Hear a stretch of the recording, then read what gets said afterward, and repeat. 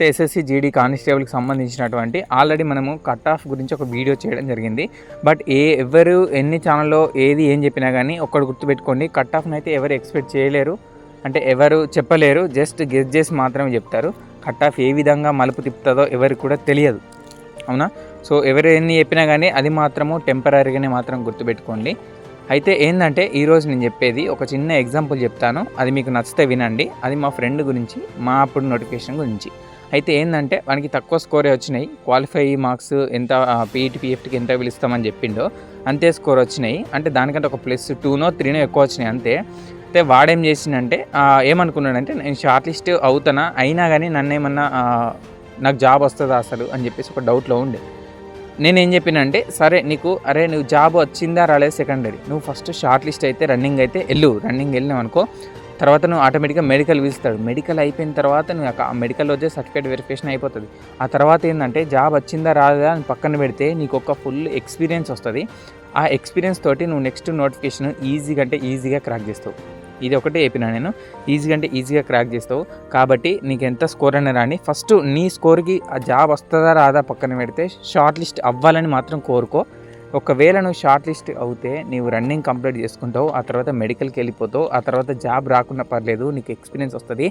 ఆ ఎక్స్పీరియన్స్ తోటి నువ్వు ఈజీగా జాబ్ కొడతావు అని చెప్పేసినాను. అప్పుడు అదే ఫ్లోలో ఉండి నెక్స్ట్ నోటిఫికేషన్లో CAS కొట్టుకున్నారు. నేను మీకు కూడా అదే ఒకటి ఏం చెప్తున్నానంటే, ఇప్పుడు ఈ కట్ ఆఫ్ స్కోర్కి అంత పెట్టకుండా ఒక +10 అనాలిసిస్ వేసుకొని +10 వేసుకొని చేసుకున్నా కానీ, సో మీరు వెళ్తే బాగుంటుంది అని చెప్పేసి నేనైతే కోరుకుంటున్నాను. ఎందుకంటే సో మీరు ఒకవేళ షార్ట్ లిస్ట్ అయ్యారనుకో, షార్ట్ లిస్ట్ అయితే ఏంటంటే మీరు రన్నింగ్కి వెళ్ళిపోతారు. రన్నింగ్కి వెళ్ళిపోయిన తర్వాత ఆ తర్వాత రన్నింగ్ క్వాలిఫై అయితే మెడికల్కి వెళ్ళిపోతారు. మెడికల్కి వెళ్ళిపోయిన తర్వాత ఆ మెడికల్లోనే ఏమేమి సర్టిఫికేట్స్ కావాలి, మెడికల్ రోజు ఏమేమి చూస్తున్నారు, అసలు రన్నింగ్ ప్రాసెస్ ఏ విధంగా ఉంది, అవునా? సో చెస్ట్ ఏ విధంగా చూస్తున్నారు, హైట్ ఏ విధంగా చూస్తున్నారు, రోడ్ ఎట్లా ఉంది, ఎలా చూస్తున్నారు, టోకెన్స్ ఎట్లా ఇస్తున్నారు, ఎక్కడెక్కడ సర్టిఫికేట్ తీసుకుంటున్నారు, ఈ ప్రాసెస్ అంతా మీకు తెలిసిపోతుంది. ఈ ప్రాసెస్ మొత్తం తెలిసిపోయిన తర్వాత నెక్స్ట్ వచ్చే నోటిఫికేషన్లో నీకు తిరిగే ఉండదు. అప్పుడు నువ్వు ఈ యూట్యూబ్ ఛానల్లోడు ఆ యూట్యూబ్ ఛానల్లోడు ఎవ్వరి గురించి పట్టించుకోవాల్సిన అవసరం ఉండదు బ్రో.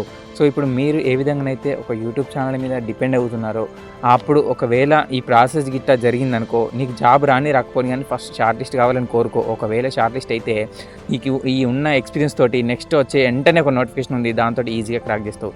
దీనికి ఇంకొకటి ఏంటంటే, నిన్న ఒక హౌస్ వైఫ్ అంట ఒక మేడం కాల్ చేసింది నాకు, ఇన్స్టాగ్రామ్లోనే కాల్ చేసింది. అంటే ఒకసారి కాల్ చేసింది, నేను లేపలేదు, రెండోసారి కూడా కాల్ చేసింది. సో ఏమన్నా అర్జెంట్ వర్క్ ఉందేమో అని చెప్పేసి నేను కాల్ లిఫ్ట్ చేయడం జరిగింది. ఆ కాల్లో ఆమె చెప్పింది ఏంటంటే, నేను హౌస్ వైఫ్ని, నాకు ఒక పాప ఉంది, హస్బెండ్ RMP డాక్టర్గా చేస్తాడు, నాకు జాబ్ కంపల్సరీ కావాలి, నాకు ఇప్పుడు 50-55 స్కోర్ వచ్చినాయి, ఈ స్కోర్ తోటి నేను షార్ట్ లిస్ట్ అవుతానా, అయినా కానీ ఏమన్నా ఏ జాబ్ వచ్చే ఛాన్స్ ఉందని చెప్పేసి అన్నది. సో నేను ఆమెకు ఒక్కటే చెప్పినాను, నీకు ఫ్యామిలీ ఉంది, అవునా? సో మీ ఎకనామికల్ సిచ్యువేషన్ కూడా బాగాలేదు కాబట్టి నువ్వు ఈ స్కోర్ తోటి వచ్చినా కానీ BSF, ITBP, SSB వచ్చినా కానీ నువ్వు ఫ్యామిలీతోటి ఉండలేవు.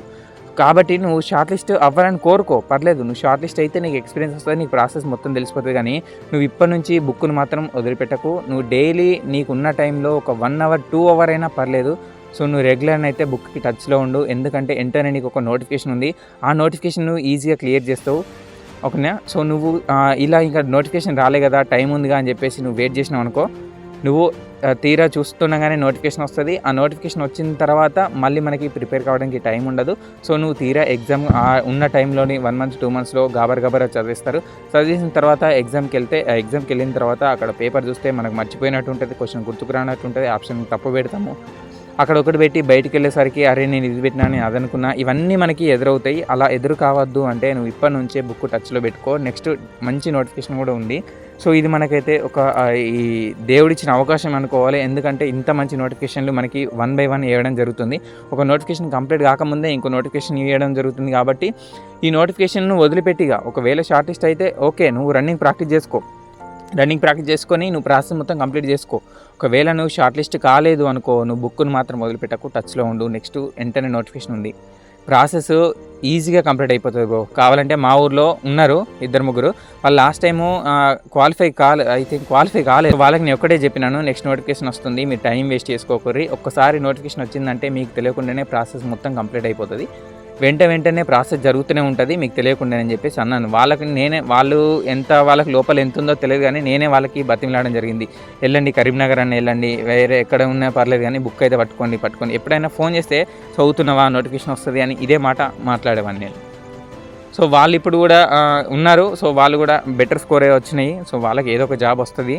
అయితే ఏంటంటే నేను చెప్పేది, ఒక నోటిఫికేషన్లో నీకు తక్కువ స్కోర్ వచ్చినాయని నువ్వు డల్ అయ్యి దాన్ని వదిలిపెట్టకుండా నువ్వు టచ్లో ఉంటే నెక్స్ట్ నోటిఫికేషన్లో బెస్ట్ స్కోర్ వస్తుంది. ఈ ఎక్స్పీరియన్స్ తోటి నెక్స్ట్ ఈజీగా క్రాక్ చేస్తావు. అప్పుడు నీకు ఇంకొకటితో పని లేదు, ఇంకొకటి నీకు చెప్పాల్సిన అవసరం లేదు, నువ్వు ఇంకొకటి ఏం చెప్తాడో చూడాల్సిన అవసరం కూడా ఉండదు.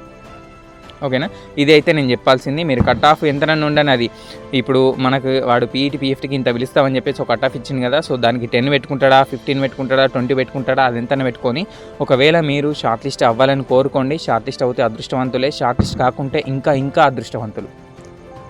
ఓకేనా, కానీ మీరు ఈ ఉన్న టైంలో మీరు ఏం వర్క్ ఉన్నా పర్లేదు కానీ బుక్నికైతే టచ్లో పెట్టుకోండి. నెక్స్ట్ నోటిఫికేషన్లో పక్కా మంచి జాబ్ కొట్టేటట్టు చూసుకోండి.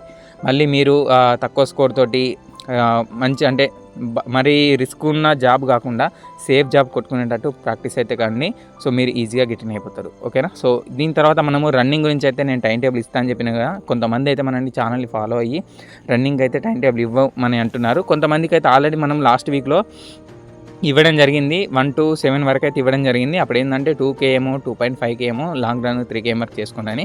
ఇప్పుడు ఏంటంటే 5 km అబ్బాయిలకి 1.6 km అమ్మాయిలకి కదా, సో 8 నుంచి 14 వరకు చూసుకుంటే మీరు ఒక 2 days ఏంటంటే 3 km ప్రాక్టీస్ చేసుకోండి అబ్బాయిలు.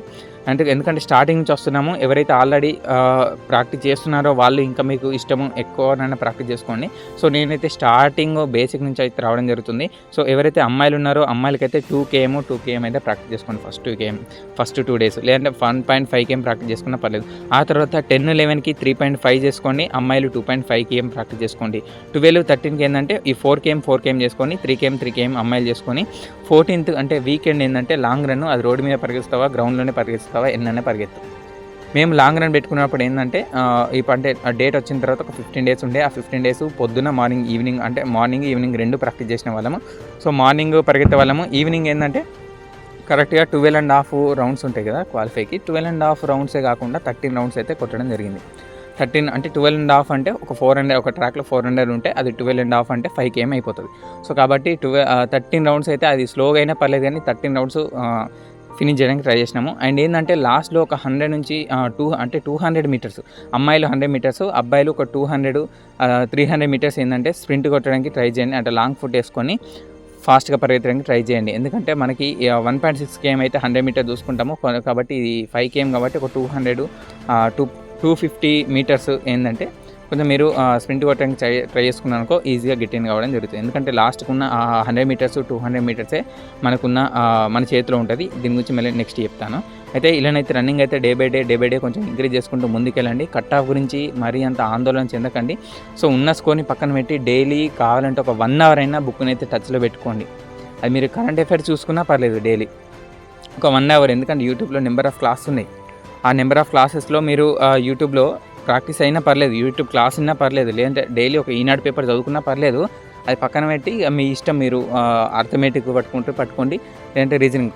కొంతమంది అయితే పర్మనెంట్గా బుక్స్ పట్టుకొనే ఉంటారు జాబ్ వచ్చేరాకనే. జాబ్ వచ్చిన తర్వాత ఎన్నైనా ప్రైవేటు జాబ్స్ చేసుకోవచ్చు, కానీ జాబ్ వచ్చే వరకు ఏంటంటే ఒక బుక్ని మాత్రమే పరిమితం అయిపోతారు. అలా బుక్ పట్టుకొని కంటిన్యూగా చదువుకునేటువంటి జాబ్ అయితే ఎప్పటికైనా ఖచ్చితంగా వస్తుంది.